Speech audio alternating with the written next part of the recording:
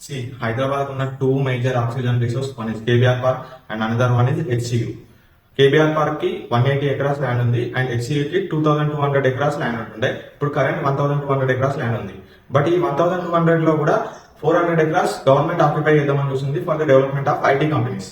Development అనేది మంచిదే, మనందరికీ డెవలప్మెంట్ కావాలి, స్టేట్ డెవలప్ కావాలి. But not in the cost of ఉన్న చెట్లని 400 acres ల్యాండ్ ని తీసేసి నువ్వు కొత్తగా ఐటీ సెక్టర్ అక్కడనే పెట్టాలన్న రూల్ ఏం లేదు కదా. గవర్నమెంట్ దగ్గర చాలా ల్యాండ్స్ ఉంటాయి, ఆ చాలా ల్యాండ్స్ లలో ఏదో ఒక ప్లేస్ లో పెట్టినా కూడా ఇట్స్ బెటర్. చేసేది మంచి పని అయినప్పుడు గవర్నమెంట్ ఎందుకు ఇట్లా దొంగ లెక్క చేస్తుందో నాకు అర్థం కావట్లేదు. Friday, Saturday, Sunday, Monday 4 days కోర్టుకి హాలిడేస్. అందుకని 4 days హండ్రెడ్స్ ఆఫ్ జేసీబీస్ తీసుకొని వచ్చి ఆ యూనివర్సిటీని క్లీన్ చేయాలని చూస్తుంది.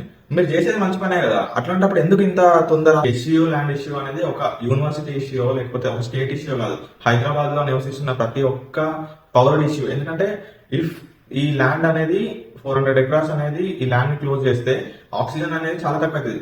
హైదరాబాద్ మరో ఢిల్లీకి రావడానికి ఎక్కువ టైం పట్టదు. We can see how much pollution in the Delhi. Then same will become Hyderabad also. నువ్వు వాట్సాప్ లో స్టేటస్ పెట్టినంత మాత్రాన, ఇన్స్టాగ్రామ్ లో స్టోరీ పెట్టినంత మాత్రాన ఏం మారదు. దానివల్ల గవర్నమెంట్ కూడా తెలియదు. Go to Twitter, create hash tags, save హెచ్యూ land, save హెచ్యూ biodiversity కింద ఇక్కడ కూడా కామెంట్ చేయండి. అప్పుడు గవర్నమెంట్ అనేది ఇంతమంది దీని మీద రియాక్ట్ అవుతున్నారని ఒక అవగాహన వస్తుంది.